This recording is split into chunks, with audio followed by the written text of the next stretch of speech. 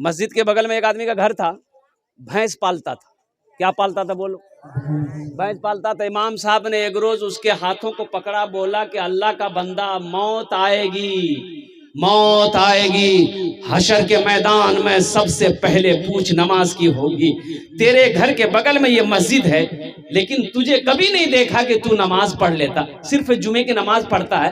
कम से कम 5 वक्त की नमाज पढ़, अल्लाह तेरी रोजी को बढ़ा देगा। ये जो तुम्हारी भैंसें हैं ना, जो 10 किलो दूध देती है, अगर तू नमाज पढ़ेगा, अल्लाह तेरे दूध में बरकत पैदा फरमा देगा। बोला मौलवी साहब तू पहले कहने बोल रहा, दूध बढ़ जाएगा तो हम नमाज पढ़ेंगे। बोला पढ़ो। बोला फजर से आएंगे, नहा धो के तैयार। 5 बजे सुबह अजान होती थी, 4 बजे भोर में पहुंच गया। अजान हुई, नमाज पढ़ा, नमाज पढ़ के घर जो पहुंचा ने देखा एक भैंस मर गई। बोला हो भैया, अभी पहली नमाज पढ़े हैं, एक भैंस चली गई। दौड़ा दौड़ा मस्जिद गया, इमाम साहब के पास गया। इमाम साहब गजब हो गया। इमाम साहब ने क्या कहा कि क्या हुआ? बोला इमाम साहब 1 वक्त की नमाज फजर पढ़नी है, अभी एक भैंस मर गई। इमाम साहब ने कहा कि अल्लाह तुम्हारा इम्तिहान ले रहा है। कहा तुम घबरा गए? बोला नहीं हम नहीं घबराए। बोला जो घर चले आया। अब जोहर की अजान जो हुई, बड़ा डरते डरते मस्जिद पहुंचाई कि कहीं दूसरी ना चली जाए। इत्तफाकन कहिए जोहर की नमाज पढ़ के जब घर पहुंचा, देखा दूसरी भैंस मर गई। सर पकड़ के बैठ गया। बोला अल्लाह 5 टाइम नमाज है, 5 भैंस हमर चलो। एक भैंस का बच्चा ना चिल्ला रहा था। भैंस का बच्चा, अरे भैंस का बच्चा की बोली जबरा, पर्रू ना बोली जा। वो पर्रू चिल्ला रहा था, ना दाना खा रहा है, ना पानी पी रहा था। तो भैंस वाला बोला ज्यादा चिल्लाओ मत, ये 2 तो चली गई, 2 फर्ज पढ़े, 2 चली गई। तुम्हारे लिए फर्ज नहीं पढ़ेंगे, 2 रकात नफल पढ़ेंगे, तुम भी चले जाओगे। नमाज के बोलो ना काज आछे, काज के बोलो आमार नामाज आछे, काज के बोलो आमार नामाज आछे। और एक सामने रमजानुल मुबारक का महीना आ रहा है। हमारी माँ बहनें भी बैठी हैं, इसलिए नौजवानों अल्हम्दुलिल्लाह सुम्मा अल्हम्दुलिल्लाह, रमजान का महीना आए, इस महीने का एहतराम करना अल्हम्दुलिल्लाह, और पाबंदी के साथ 30 रोजे रखना। बड़ा मुबारक महीना है, बड़ा मोहतरम महीना है, बड़ा मुकर्रम महीना है। अल्लाह कुरान में कहता है शहरो रमजान अल्लज़ी उनज़िला फ़ीहिल कुरान। कुर्बान जाओ, रमजान का महीना वो महीना है कि जिस महीने में हमने कुरान को नाजिल किया। रोजे कितने हैं? अरे रोजे कितने हैं? 30। लेकिन रोजे रमजान में एक से एक रोजेदार मिलेगा। एक रोजेदार वो है रोजा नहीं रखेगा, इफ्तारी में सबसे पहले बैठेगा। बोलो बात सही की गलत है? बोलो। रोजा नहीं रखेगा, इफ्तारी में सबसे पहले बैठेगा। एक रोजेदार वो है रोजा नहीं रखेगा, सेहरी भी नहीं छोड़ेगा। रोजा नहीं रखेगा, सेहरी भी नहीं छोड़ेगा। एक रोजेदार वो है पहला रोजा रखेगा, पहला जो रोजा रखेगा 29 रोजा छोड़ देगा, 30वां रोजा रखेगा। पहला रखा, लास्ट रखा। एक नौजवान को पकड़े, हमने कहा कि काबे पहला रखा 28 छोड़ दिया, और लास्ट वाला रख रहा का है, वो रोजा काहे नहीं रखा? बोला हजरत आप समझे नहीं, हम रोजा को घेर दिए। हमने कहा कि रोजा भागा जा रहा था का? नौजवानों, अच्छा एक रोजेदार वो भी है, वो रोजेदार तो नहीं कहेंगे। ईद बाद लड़के की शादी है, ईद बाद लड़के की शादी है। ईद के 2 दिन 4 दिन 5 दिन के बाद नौजवान लड़का है, शादी है। उसकी माँ कहती है कि बेटा रोजा मत रखिए, गाल पिचकी, तुम दूल्हा बनोगे। ए नौजवानों, कसम खुदा की रोजा रखो, नमाज पढ़ोगे, ज़कात दोगे, हज करोगे, ये सारे इनाम अल्लाह फरिश्तों से दिलवाएगा। लेकिन कुर्बान जाओ, मेरा रब ऐलान करता है कि लोगों मेरे बंदो तुम रोजा रखो, रोजे का बदला मैं अपने हाथों से दूंगा। अल्लाह अपने हाथों से देगा रोजे का बदला, रोजे का इनाम मेरा अल्लाह अपने हाथों से देगा। और अल्लाह का इनाम कितना खूबसूरत इनाम होगा, अल्लाह का इनाम कितना बड़ा इनाम होगा। इसलिए मुसलमानों, रोजे की पाबंदी करना, रोजे को पाबंदी से रखना अल्हम्दुलिल्लाह। और एक बार कुछ लोग रोजे में गुल करते हैं, गुल। इधर गुल करता है? हाँ। अच्छा, कितने लोगों ने फतवा दिया? कुछ लोगों ने फतवा दिया। अब फतवा के गुल करे वाला फतवा दे जे, बोले गुल रखे से रोजाना टूटे जे। के कल करो गुल रखे से रोजाना टूटे जे हो? सुनो, मंजन करोगे रोजा रखकर, रोजा टूटेगा। गुल करोगे, रोजा टूटेगा। खैनी खाओगे, रोजा टूटेगा। अब बीड़ी पियोगे, बीड़ी, रोजा टूटेगा। सिगरेट पियोगे, रोजा टूटेगा। हुक्का पियोगे, रोजा टूटेगा। इंशाल्लाह पिएंगे? देखिए, बोला इंशाल्लाह नहीं। पाबंदी के साथ, तकवे के साथ, परहेजगारी के साथ रोजा रखेंगे। मेरे बच्चों, एक बात याद रखो, रोजा रखने से आदमी कमजोर नहीं होता है। इंशाअल्लाह अल्लाह तेरे चेहरे पे नूर पैदा फरमा देगा। इंशाअल्लाह कमजोर हो, रोजा रखो, मेरा अल्लाह ताकतवर बना देगा। इंशाअल्लाह अल्लाह बदन के अंदर में खून पैदा फरमा देगा। रोजा रखकर तो दे देखो, इंशाअल्लाह 30 रोजे रख लो, इंशाअल्लाह अल्लाह मेरा वो इनाम देगा जो तुम सोच नहीं सकते। हमारी माँ बहनें आई, मेरी माँ बहनों, तुम्हारे लिए चार बातें मेरी माँ बहनों, कुर्बान जाओ। हमारी माँ बहनें कह रही होंगी, सोच रही होंगी कि मौली साहब खाली मर्द के लिए तकरीर करे छे, हम रोज तकरीर नहीं करे छे। अच्छा बताओ, घर में मर्द को झाड़ू लगाना चाहिए कि नहीं चाहिए? अरे घर में मर्द को झाड़ू लगाना चाहिए कि नहीं चाहिए? अभी हमारी माँ बहन सोच रही कि मौली साहब ठीक पॉइंट पकड़ गए। ये भी नबी की सुन्नत है। घर में झाड़ू लगाना नबी की सुन्नत है। आटा गूंदना नबी की सुन्नत है।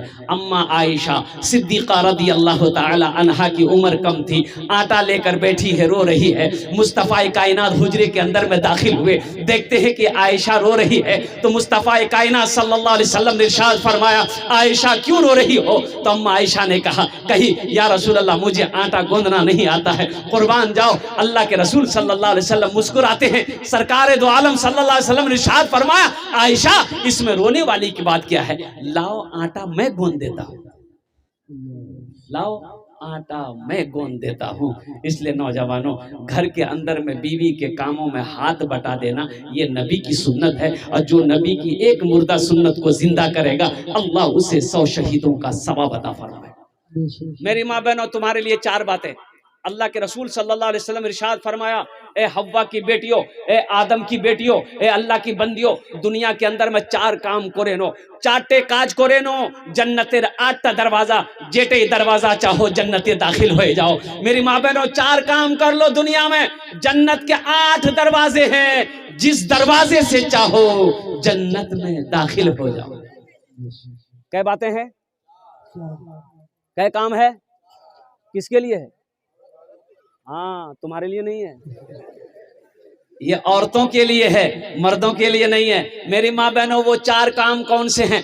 पहला काम नमाजों की पाबंदी करना। मेरी माँ बहनों, पहला काम, प्रथम काम, नमाज को कभी मत छोड़ना। मेरी माँ बहनों, जब तक कोई मजबूरी ना हो, नमाज को कज़ा मत करना, नमाजों को ना छोड़ना। काम छूट जाए छोड़ देना, लेकिन नमाजों को मेरी माँ बहनों ना छोड़ना।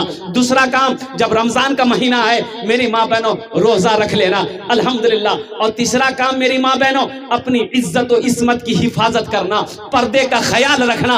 और मेरी माँ बहनों, चौथा काम, अपने शौहर की खिदमत करना, अपने शौहर की फरमाबरदारी करना, अपने शौहर की इताअत करना। मेरी माँ बहनों, शौहर राजी अल्लाह राजी, शौहर नाराज अल्लाह नाराज। तुम में सबसे अच्छा वो है, अल्लाह के रसूल सल्लल्लाहु अलैहि वसल्लम ने इरशाद फरमाया, तुम में सबसे अच्छा वो है जो अपनी बीवी के साथ अच्छा सलूक करता हो। इसलिए मुसलमानों, अगर अपनी बीवी से छोटी मोटी गलती हो जाए, भूल चूक हो जाए, उसे माफ़ कर देना है, उसे गाली नहीं देना है, उसे सज़ा नहीं देना है, उसे मारना नहीं है। इंशाल्लाह करेंगे अमल, इंशाल्लाह भाई, इंशाल्लाह अमल करेंगे। और एक बात याद रखिए, आपकी बीवी है, नौकरानी नहीं है। अच्छा, औरतों के ऊपर में, बीवी के ऊपर में ये जिम्मेदारी नहीं है कि वो रोटी बना के आपको खिलाए, भात बना के आपको खिलाए। हाँ, हमारी माँ बहनें बहुत खुश हो रहेंगे कि ठीक है, कल से आराम मिली थे हमरा, मुन्नाक बापे रोटी बने थे। इसलिए मैं कह रहा हूँ कि औरतों के ऊपर में नहीं, ये हमारी माँ बहनों का अखलाक, अगर रोटी बनाकर खिला दे, खाना बनाकर खिला दे, अल्हम्दुलिल्लाह ये उनकी मोहब्बत है, अच्छी अखलाक है। इसलिए कि तुम जब निकाह करते हो, भाई जब तुम निकाह करते हो तो हजरत निकाह पढ़ाते हैं, हजरत निकाह पढ़ाते हैं कि फलां की बेटी, अब्दुल्ला की बेटी जीनत परवीन को देन महर मबल्लग 50,000 अलावा नान नफका के, अलावा नान नफका के, नान मैंने रोटी, नफका मैंने कपड़ा, यानी रोटी तो खिलाओ।